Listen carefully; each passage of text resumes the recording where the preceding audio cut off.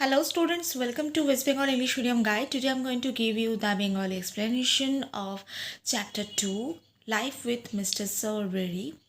This is from Class 7, West Bengal Board, Oliver Twist book. So let's start. For a week, Oliver stayed alone in the cold dark cellar.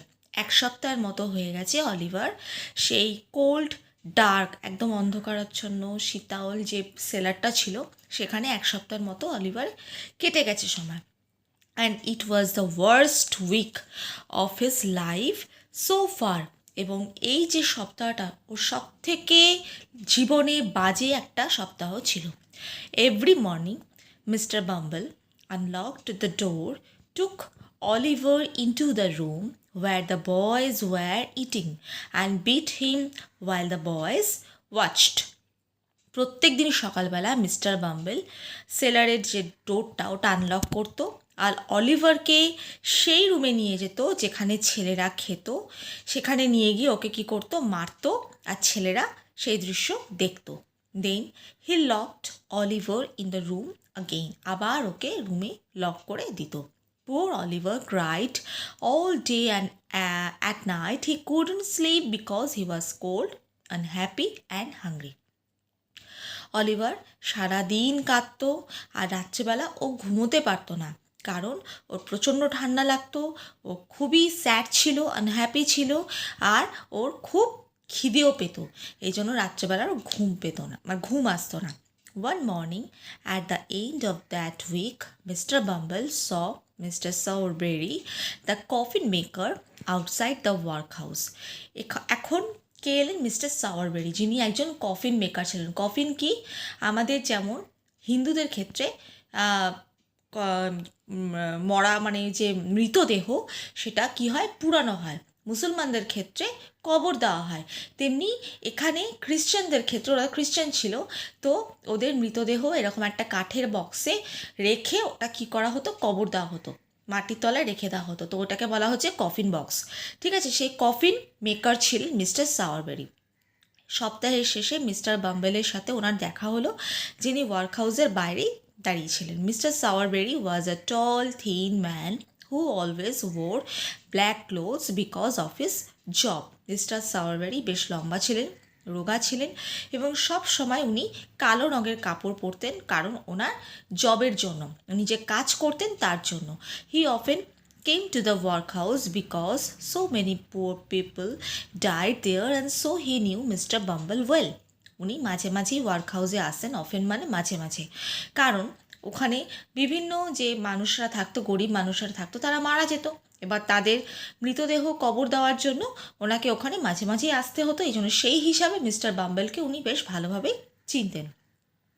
The two men began to chat, দুজন মানুষ কথা বলা শুরু করলো। And then Mr Bumble pointed to the notice on the workhouse door. তারপর Mr bumble ওই ওয়ার্কহাউস ডোরে যে নোটিশটা দেওয়া ছিল, একটা ছেলেকে ওরা মানে দিতে চায়, যাকে কাজ শিখিয়ে কেউ যদি নিয়ে যেতে চায় তাকে 5 পাউন্ড দেবে। তো সেই নোটিশটার কথা উনি বললেন, দেখিয়ে নোটিশ বোর্ডটার দিকে তাকিয়ে। Mr Sowerberry, do you know anyone who was a boy and 5 pounds? আপনি এমন কাউকে চেনেন যিনি একটা ছেলে চান আর তার সাথে 5 পাউন্ডও চান? Mr Sowerberry thought for a few minutes, কিছুক্ষণ উনি ভাবলেন। I think I will take him, আমার মনে হয় আমি ওকে নেব। Mr Bumble, I need a boy to work in my shop, আমি আমার দোকানে কাজ করার জন্য একটা ছেলে চাই। They went inside to make the arrangements, তাহলে ব্যবস্থা করতে হবে ছেলেটাকে নিয়ে যাওয়ার জন্য, সেই জন্য তারা ভেতরে চলে গেল। That evening mister bumble unlocked the seller door and told Oliver the news. সেদিনকে সন্ধ্যাবেলা মিস্টার বাম্বল সেলার ডোরটা ওপেন করলো আর অলিভারকে সেই খবরটা দিল। অলিভার সেড নাথিং, অলিভার কিছুই বলল না। He just pulled the cap down over his eyes to hide his tears. ও নিজে যে ক্যাপটা পরেছিল সেটা একটু ডাউন করলো, একটু নিচের দিকে নামালো, কারণ ও চোখের জলটা যাতে ও হাইড করতে পারে, লুকোতে পারে। And followed mister bumble through the streets to the coffin maker shop. এবার মিস্টার বাম্বেল কী করলো, মিস্টার বাম্বেলের পেছন পেছনও যেতে লাগলো কফিন মেকার শপ অবধি, কারণ ওটা ছিল কার? Mr Sowerberry. Mr. Sowerberry was waiting for them. Mr Sowerberry ওখানে ওদের জন্য ওয়েট করছিল। There was only the light from one small candle, so the room was dark and gloomy. ওখানে একটা মাত্র ক্যান্ডেল জ্বালানো ছিল, মোমবাতি পুরো ঘরে, তাই রুমটা বেশ ডার্ক ছিল, বেশ গ্লুমি ছিল। A finished coffin lay on a table in the middle of the room. রুমের ঠিক মাঝখানে একটা কফিন বানানো শেষ হয়ে গেছে, সেই অবস্থায় পড়ে আছে। And pieces of wood stood against the wall, এবং কয়েকটা কাঠের টুকরো দেওয়ালে হেলান দিয়ে দাঁড় করানো ছিল। Mr Sowerberry smiled at Oliver and then called his wife. Mr Sowerberry অলিভারের দিকে তাকিয়ে হাসলো, তারপর উনি ওনার স্ত্রীকে ডাকলেন। Mrs Sowerberry, will you come here for a moment my dear? Mrs Sowerberry, আপনি কি এখানে একটু আসবেন একটুখানি সময়ের জন্য? Mrs Sowerberry was a small thin man with an angry face. Mrs Sowerberry ছিলেন ছোটোখাটো একজন রোগা মহিলা, এবং যার মুখটা ছিল খুব রাগী ধরনের। Oliver thought she looked like a fox. অলিভারের ওনাকে দেখে মনে হলো উনি কিছুটা ফক্সের মতো দেখতে। শি লুকড অ্যাট হিম, ও মানে উনি অলিভারের দিকে তাকালো। And Oliver bowed politely. Oliver মাথা নিচু করে ওনাকে সম্মান জানালেন। He is very small, she said at last. খুবই ছোট। শেষে উনি দেখে শুনে বললেন যে ও খুব ছোট। Yes, he is small, agreed Mr Bumble. Mr Bumble বললেন, হ্যাঁ ও ছোট, but he will grow ma'am. কিন্তু ও তো বড় হবে ma'am. Oh yes, he will grow all right. হ্যাঁ, ও খুব ভালোভাবেই বড় হবে। ফুড অ্যান্ড ড্রিঙ্ক, আমাদের খাবার খেয়ে পানীয় খেয়ে ও ভালোভাবেই বড় হবে। Get down stairs you little bag of bones. যাও, তুমি নিচে যাও, মানে অলিভারকে বলল। She pushed Oliver down some stairs into a dark little kitchen where a servant girl was working. ও অলিভারকে, মানে মিসেস সাওয়ারবেরি অলিভারকে প্রায় ধাক্কা দিয়ে সিঁড়ি দিয়ে নিচের দিকে একটা ডার্ক লিটল কিচেনে পাঠিয়ে দিলেন, যেখানে তার সার্ভেন্ট একটা গার্ল ছিল, একটা মেয়ে ছিল, যে ওই কিচেনে কাজ করছিল। Charlotte give this boy those bits of meat the dog didn't eat. এই ছেলেটাকে ওই মাংসের টুকরোগুলো দাও যেগুলো কিনা কুকুর খায়নি। For the first time in his life Oliver tasted meat. জীবনে প্রথম অলিভার মাংসের স্বাদ পেল। He ate the dogs food hungrily. খুব খিদের সঙ্গে ও তাড়াতাড়ি করে ওই কুকুরের খাবারগুলো খেয়ে নিল। And then Mrs Sowerberry said, your bed's under the shop counter. Shop কাউন্টারের নিচে তোমার বেড তৈরি আছে। There's nowhere else, so enjoy sleeping in there. ওখানে কেউই থাকে না, কেউই নেই, তুমি ভালো করে ঘুমাও। উইথ দ্য কফিনস, ওই কফিনগুলোর সাথে। She laughed and left Oliver alone. এই কথা বলে তিনি হাসতে হাসতে একা বেরিয়ে গেলেন। He was very frightened and hardly slept all night. কফিনের সাথে শুতে কেমন লাগে? খুবই ভয় লাগবে। উপরন্তু একটা বাচ্চা ছেলে ছিল। সারা রাত ওর ভালো করে ঘুম হলো না, কারণ ও খুব ভয় ভয় ওইখানটা ছিল। আর্লি ইন দ্য মর্নিং, সকালবেলা, Oliver hard someone kicking the door and shouting. Oliver শুনলো কেউ দরজা খুব জোরে জোরে ধাক্কা দিচ্ছে আর চিৎকার করছে। ওপেন দ্য ডোর, দরজা খোলো। Oliver open the door and a big boy walked in to the shop. একটা বড় সড়ো ছেলে শপের মধ্যে ঢুকে এলো। I am mister Noah ক্লেপোল। আমার নাম Mr Noah Claypole, and you must do what I tell you. আর তোমাকে সেটাই করতে হবে যেটা আমি তোমাকে বলবো। Said the boy, now take the shutters down and hurry. এই শাটারটাকে নামাও এবং তাড়াতাড়ি করো। He kicked Oliver as he walked past. অলিভারের পেছনে আসছিল আর অলিভারকে খালি কিক করছিল।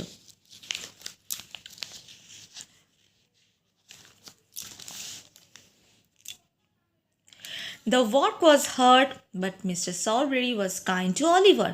ওখানে কাজ খুবই কঠিন ছিল, কিন্তু সাওয়ারবেরি অলিভারের প্রতি বেশ কাইন্ড ছিল। When Noah noticed this, যেই নোয়া এই ব্যাপারটা খেয়াল করলো, he got jealous, ওর বেশ হিংসা হলো। He was always nasty to Oliver. অলিভারের সাথে ও অলওয়েজ খুব বাজে বিহেভিয়ার করতো, আর made his life very difficult. ওর লাইফটা খুবই কঠিন করে তুললো। One day, the two boys were in the kitchen together. একদিন ওই দুটো ছেলে কিচেনে কাজ করছিল। নোয়া wanted to make Oliver Cry. নোয়া চাইছিল অলিভারকে কান্না করাবে। হি পুলড হিজ হেয়ার, ও চুল ধরে টানলো। পিঞ্চড হিজ ইয়ার্স, কান ধরে কানে চিমটি কাটলো। And said all the horrible things he could think of. আর যত ধরনের ভয়ের কথাবার্তা হয় ওর মাথায় আসে সব কিছু বলল। Oliver didn't Cry. অলিভার কিন্তু কাঁদলো না।